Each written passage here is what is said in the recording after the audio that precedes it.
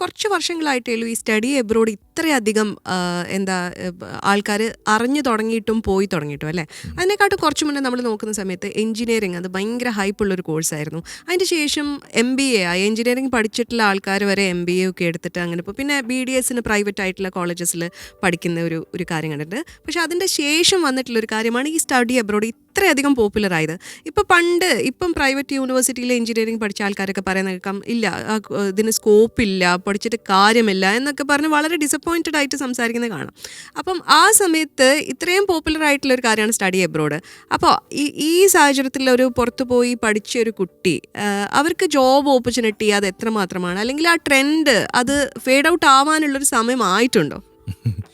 ഇതിൻ്റെ ഒരു പൊളിറ്റിക്കൽ സൈഡും കൂടെ പറയേണ്ടി വരും കേട്ടോ. അത് കാരണം ഇനിയിപ്പോൾ അത് പറഞ്ഞു കഴിഞ്ഞാൽ അത് ഭയങ്കര ഒരു സെൻസേഷണൽ അല്ലെങ്കിൽ ഒരു ഇഷ്യൂ ആയിട്ട് മാറും എനിക്കറിയില്ല. എന്നാലും ഞാൻ അതിൻ്റെ ഒരു ബേസിക്സ് പറയാം. ഞാൻ ഇപ്പോൾ നമ്മുടെ നാടിൻ്റെ അല്ലെങ്കിൽ ഇന്ത്യ എന്ന് പറയുന്ന ഒരു നാട് ഡെവലപ്പിംഗ് ആയിട്ടുള്ള രാജ്യമാണ്. ശരിക്കും 142 കോടിയോളം ജനങ്ങൾ താമസിക്കുന്ന നമ്മുടെ രാജ്യത്ത് GDP എന്ന് പറയുന്നത് ലെസ് ദാൻ $4 ട്രില്യൺ ആണ്.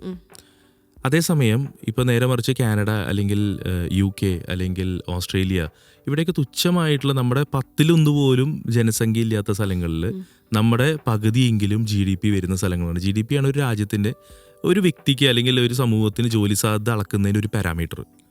അപ്പോൾ ഇത്രയധികം അതായത് ഇന്ത്യ എന്ന് പറയുന്ന ഒരു യങ് നേഷനും, അതായത് ഒരു 30 വയസ്സിന് താഴെ 29 വയസ്സാണ് നമ്മുടെ രാജ്യത്തിൻ്റെ മീഡിയൻ ഏജ് എന്ന് പറയുന്നത്. അപ്പോൾ അതായത് അതിൻ്റെ പകുതി പോപ്പുലേഷൻ 29 വയസ്സിന് താഴെയും പകുതി പോപ്പുലേഷൻ 29 വയസ്സിന് മേലെയും നടത്തും. അത്രയധികം യങ് പോപ്പുലേഷൻ കോമ്പറ്റ് ചെയ്യാനുള്ളപ്പോൾ വെറും 3.5 ട്രില്യനോ 4 ട്രില്യൻ താഴെ ഉള്ള ഒരു GDP ഉള്ള രാജ്യത്ത് എങ്ങനെയാണ് താങ്കൾക്ക് ഒരു എഞ്ചിനീയറിങ്ങോ ഇനി എന്ത് കോഴ്സ് പഠിച്ചാലും അതിൽ ഏറ്റവും മികച്ച ഒരു വ്യക്തിയായി മാറാതെ നിങ്ങൾക്കൊരു നല്ല കരിയർ കിട്ടില്ല. നമ്മുടെ രാജ്യം ഒരു 10, 14, 15 ട്രില്യൺ പോലെ, ചൈന നമ്മുടെ സിമിലർ ആയിട്ടുള്ളൊരു പോപ്പുലേഷനുള്ള രാജ്യമാണ് ചൈന 17 ട്രില്യണിന് മേലെയാണ് എക്കണോമിക് സൈസ്.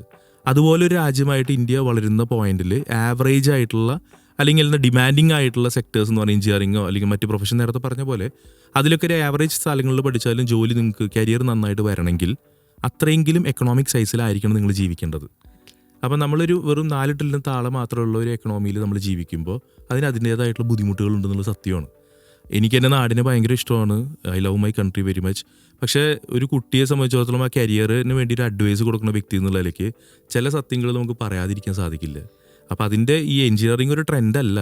ഇന്നും നിങ്ങൾ നോക്കിക്കഴിഞ്ഞാൽ ഇപ്പോൾ ജനുവരി 26 ഇന്ത്യയും യൂറോപ്യൻ യൂണിയൻ രാജ്യങ്ങളുമായിട്ട് സൈൻ ചെയ്ത എഗ്രിമെൻറ്റ് പ്രകാരം എന്താ പറയുന്നത്, ജർമ്മനിയുടെ ഓപ്പർച്യൂണിറ്റി കാർഡ് പറഞ്ഞു. അതിലെന്താ പറയുന്നത്, എഞ്ചിനീയേഴ്സിന് മുൻഗണനയാണ്. എഞ്ചിനീയറിംഗ് പഠിച്ചിട്ടുള്ള കുട്ടികൾക്ക് ഒരു പോയിന്റ് അഡീഷണൽ ഉണ്ട്. അപ്പോൾ എഞ്ചിനീയറിംഗ് ഗ്രാജുവേറ്റ്സിന് കിട്ടാനില്ല.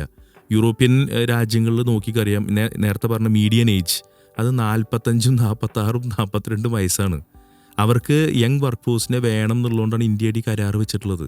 അപ്പോൾ അവിടെ ഡിമാൻഡ് ഇപ്പോഴും ഉണ്ട്. നമ്മുടെ നാട്ടിൽ ഈ ട്രെൻഡ് അവസാനിച്ചു എന്ന് പറയുന്നത് വെച്ചാൽ അന്ന് ട്രെൻഡ് എന്ന് പറയുമ്പോൾ ഒന്ന് ആലോചിച്ച് നോക്കൂ, മെക്കാനിക്കലും ഇലക്ട്രോണിക്സും പഠിച്ച കുട്ടികളടക്കം എവിടേക്കാണ് പോയിരുന്നത്? ഇൻഫോസിസും TCSിലുമാണ്. അല്ലാതെ മെക്കാനിക്കൽ ജോലിക്കോ അല്ലെങ്കിൽ മറ്റേ ഇലക്ട്രോണിക്സ് ജോലിക്കോ അല്ല പോയിരുന്നത്. അപ്പോൾ ആ ട്രെൻഡിന് ഒരു പരിധിക്കപ്പുറം ഉൾക്കൊള്ളാനുള്ള ആൾക്കാരില്ലാത്തതുകൊണ്ട് താഴത്തേക്ക് വന്നു. കാരണം നമ്മുടെ രാജ്യത്തിൻ്റെ എക്കണോമിക് സൈസ് അത്രയേ ഉള്ളൂ.